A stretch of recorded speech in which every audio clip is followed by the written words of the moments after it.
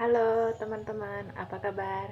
Perkenalkan, nama saya Lili Nurhayati Banjarnahor, NIM 1806129 dari kelas 5C PGSD UPI Kampus Daerah Purwakarta. Kali ini saya akan menjelaskan sedikit tentang manajemen kelas dan keterampilan dasar mengajar guru. Untuk mengetahui lebih lanjut, saksikan terus ya videonya. Nah, sekarang kita akan membahas tentang manajemen kelas. Apa sih itu manajemen kelas? Manajemen kelas terdiri dari dua kata, yaitu manajemen dan kelas. Manajemen berasal dari kata bahasa Inggris yaitu manajemen yang diterjemahkan menjadi pengelolaan, yang berarti proses penggunaan sumber daya secara efektif untuk mencapai sasaran. Yang kedua ada kata kelas. Kelas secara umum adalah sekelompok peserta didik yang ada pada waktu yang sama, menerima pembelajaran yang sama dari pendidik yang sama. Kelas juga memiliki dua pemaknaan, yaitu dalam arti sempit dan arti luas. Pertama, kelas dalam arti sempit, yaitu berupa ruangan khusus tempat sejumlah siswa berkumpul untuk mengikuti proses belajar mengajar. Kelas dalam hal ini mengandung sifat-sifat statis karena menunjuk pada pengelompokan siswa berdasarkan umur kronologis masing-masing. Kedua, kelas dalam arti luas, yaitu masyarakat kecil yang secara dinamis menyelenggarakan kegiatan belajar mengajar secara kreatif untuk mencapai tujuan. Selain itu, ada juga pengertian manajemen kelas menurut Sudarman Danim. Sudarman Danim mendefinisikan 3 pengertian manajemen kelas. Yang pertama, manajemen kelas adalah seni atau praktik dan strategi kerja, yaitu pendidik bekerja secara individu dengan atau melalui orang lain, semisal bekerja dengan sejawat atau peserta didik sendiri untuk mengoptimalkan sumber daya kelas bagi penciptaan proses pembelajaran yang efektif dan efisien. Di sini, sumber daya kelas merupakan instrumen, proses pembelajaran sebagai inti, dan hasil belajar sebagaimana mestinya. Yang kedua, manajemen kelas adalah proses perencanaan, pelaksanaan, dan evaluasi yang dilakukan oleh pendidik, baik individual maupun dengan orang lain, semisal dengan sejawat atau peserta didik, untuk mengoptimalkan proses pembelajaran. Kata perencanaan di sini merujuk pada perencanaan pembelajaran dan unsur-unsur penunjangnya. Pelaksanaan bermakna proses pembelajaran, sedangkan evaluasi bermakna evaluasi pembelajaran. Evaluasi terdiri dari dua jenis, yaitu evaluasi proses dan evaluasi hasil pembelajaran.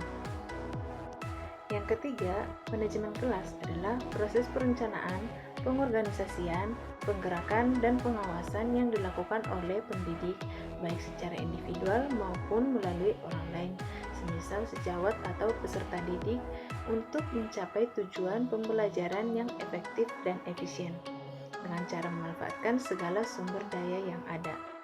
Nah, dari tiga definisi tadi, dapat kita pahami bahwa dalam mewujudkan pengelolaan kelas secara efektif dan efisien tidak terlepas dari kegiatan perencanaan, pelaksanaan, dan evaluasi pembelajaran serta memanfaatkan sumber daya secara optimal. Nah, selanjutnya ada tujuan manajemen kelas. Tujuan manajemen kelas menurut Dirjen PUOD dan Dirjen Dikdasmen ada 3 tujuan manajemen kelas. Yang pertama, mewujudkan situasi dan kondisi kelas baik sebagai lingkungan belajar maupun kelompok belajar yang memungkinkan peserta didik untuk mengembangkan kemampuan semaksimal mungkin.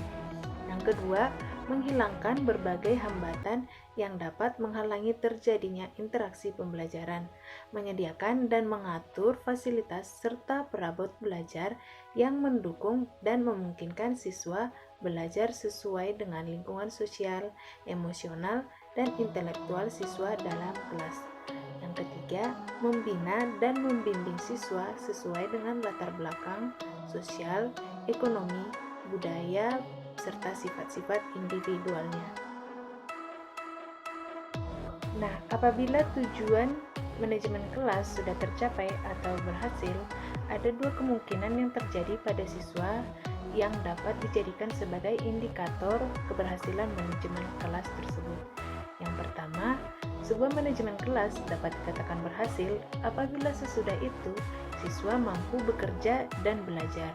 Siswa juga tidak mudah menyerah manakala mereka merasa tidak tahu atau kurang memahami tugas yang harus dikerjakan.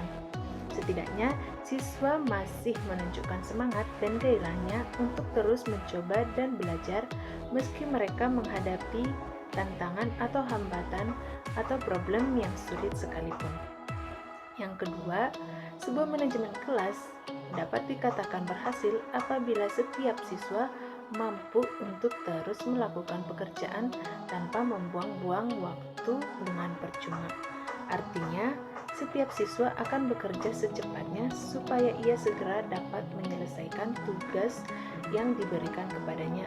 Hal ini membuat siswa mampu menggunakan waktu belajarnya secara efektif dan efisien. Selanjutnya, kita akan membahas tentang keterampilan dasar mengajar guru. Sesempurna atribut 10 pada halaman 67, keterampilan dasar adalah keterampilan standar yang harus dimiliki setiap individu yang berprofesi sebagai guru. Keterampilan tersebut melekat pada profesinya sebagai hasil proses pendidikan yang diselenggarakan oleh lembaga pendidikan. Keterampilan dasar mengajar membekali guru atau calon guru dalam menyampaikan materi pelajaran agar tepat sasaran. Menurut Uzair Usman, dalam bukunya yang berjudul Menjadi Guru Profesional, mengemukakan ada 8 keterampilan yang harus dikuasai oleh guru, yaitu. Nah, selanjutnya kita akan membahas tentang keterampilan dasar mengajar guru tersebut. Yang pertama, keterampilan bertanya atau questioning skill.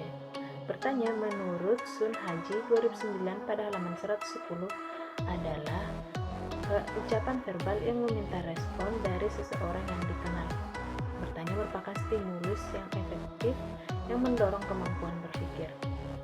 Dalam proses belajar mengajar, bertanya memainkan peranan penting, sebab pertanyaan yang tersusun dengan baik dan teknik pelontaran yang baik pula akan memberikan dampak positif terhadap siswa. Nah, yang kedua ada keterampilan memberikan penguatan atau reinforcement. Penguatan adalah segala bentuk respon, apakah bersifat verbal atau non-verbal. Intisari dari penguatan adalah respon terhadap tingkah laku positif yang dapat meningkatkan kemungkinan berulangnya kembali tingkah laku tersebut. Penguatan tidak boleh dianggap sepele dan sembarangan, tetapi harus mendapatkan perhatian serius. Tindakan tersebut dimaksudkan untuk mengajar dan membesarkan hati siswa agar mereka lebih giat berpartisipasi dalam interaksi belajar. Nah, yang ketiga ada keterampilan mengadakan variasi atau variasi stimulus. Variasi stimulus adalah suatu kegiatan guru dalam konteks proses interaksi pembelajaran yang ditunjukkan untuk mengatasi kebosanan peserta didik. Menurut Wina Sanjaya, keterampilan dasar variasi adalah keterampilan guru untuk mengajar agar iklim pembelajaran tetap menarik perhatian, tidak membosankan, sehingga siswa menunjukkan sikap antusias dan ketekunan penuh gairah berpartisipasi aktif dalam setiap langkah kegiatan pembelajaran. Nah, yang keempat, ada keterampilan menjelaskan atau explaining. Keterampilan menjelaskan adalah penyajian informasi secara lisan yang dikelola secara sistematis untuk menunjukkan adanya hubungan antara satu dengan lainnya. Nah, keterampilan yang kelima adalah keterampilan membuka dan menutup pembelajaran. Membuka pembelajaran terkait dengan usaha guru dalam menarik perhatian siswa, memotivasi dan memberikan acuan tentang rujukan, pokok persoalan yang akan dibahas, rencana kerja serta pembagian waktu dan mengaitkan pelajaran yang telah dipelajari dengan topik baru. Sedangkan kegiatan menutup adalah kegiatan yang dilakukan oleh guru dalam menutup pembelajaran yang biasanya dilakukan dengan membuat sebuah kesimpulan atau pertanyaan atau keterampilan yang keenam adalah keterampilan membimbing diskusi kelompok. Siswa berdiskusi dalam kelompok-kelompok di bawah bimbingan guru atau temannya untuk berbagi informasi, pemecahan masalah, atau pengambilan keputusan tersebut berlangsung dalam suasana terbuka. Setiap siswa bebas mengemukakan ide-ide atau pendapatnya tanpa merasa tertekan baik terhadap guru maupun temannya. Dan setiap siswa juga harus menaati peraturan yang dibuat sebelumnya. Yang ketujuh, ada keterampilan mengelola kelas. Keterampilan guru untuk menciptakan dan memelihara kondisi belajar yang optimal dan mengembalikannya bila terjadi gangguan dalam proses belajar mengajar. Suatu kondisi belajar yang optimal dapat terjadi jika guru mampu mengatur siswa dan sarana pengajaran serta mengendalikannya dalam suasana yang menyenangkan untuk mencapai tujuan pembelajaran tersebut.